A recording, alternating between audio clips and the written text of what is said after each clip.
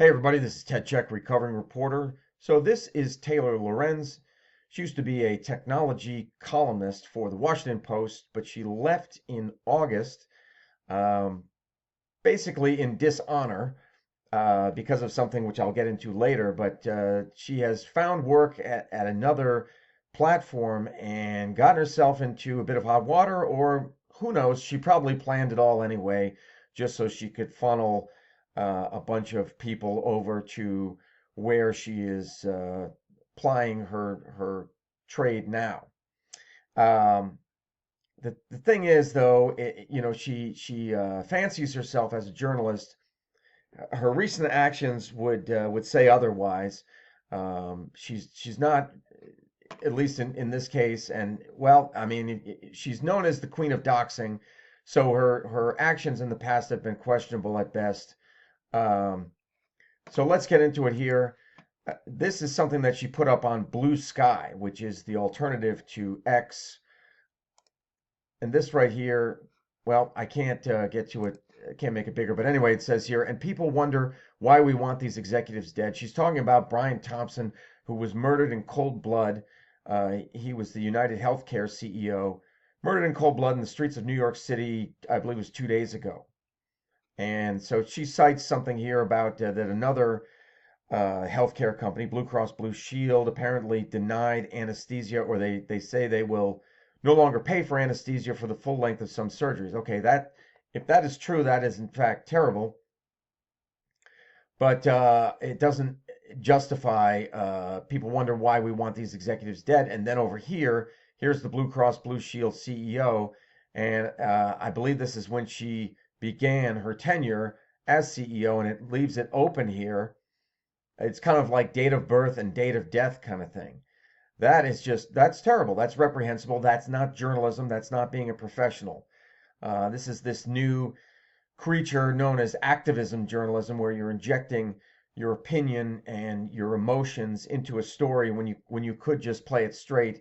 You could, you know, if you want to be a true journalist, you lay everything out there for people. You say, oh, people are upset about this, and here are the reasons why. However, this is what the company says in response to that, and you lay all the information out for people, and you allow them to use their critical thinking to make up their own minds and conduct further research if they want. You're just presenting all the information. Both sidesism is not a thing. Objectivity is not a dirty word. But back to what Taylor Lorenz wrote. Somebody was like, I've read this 10 times and I can't believe it's real. Oh, it's real. I wrote a whole post about it. You should take a read. So essentially it's clickbait. It's clickbait, and the idea is to funnel everyone to where she is now. So if you look at that, it's someplace called User Mag. Why we want insurance executives dead. So you look at just the post, and it just says, and people wonder why we want these executives dead, and that's an indictment of executives, healthcare executives, and you could interpret that as, wow, that's just encouraging people to do the same thing, just like what happened to Brian Thompson. But if you look over here now, she's trying to explain it to you. No, that does not mean people should murder them. Oh, really? That's funny, because that's what it seemed like before, Taylor. But if you've watched a loved one suffer and die from insurance denial, it's normal to wish the people responsible would suffer the same fate. And I mean, that's a terrible thing that would happen to somebody. But Brian Thompson, I didn't even know about the guy until he was murdered. Apparently, he was under investigation by the federal government. And, if in fact what he was doing turns out to be true, maybe the guy deserved to be in jail, okay? But not murdered. Not murdered. Um, and it's crazy to suggest that. Now, you go back to Taylor Swift here. Taylor Swift. Pardon that, scratch that. Taylor Lorenz. Um, the whole reason that she left the Washington Post was she was under review in August for a war criminal jab. Do I have it here? Yes.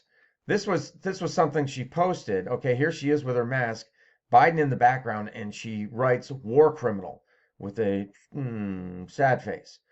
This is what got her, what stemmed or caused the investigation by the Washington Post. And what she said was that you people will fall for any dumbass edit someone makes. So she's saying she didn't have anything to do with it.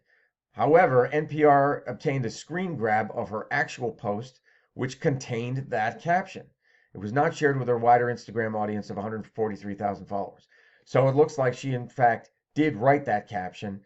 And then, she left the Washington Post before they could conclude their investigation. So, it's like a dishonorable discharge or something similar to that.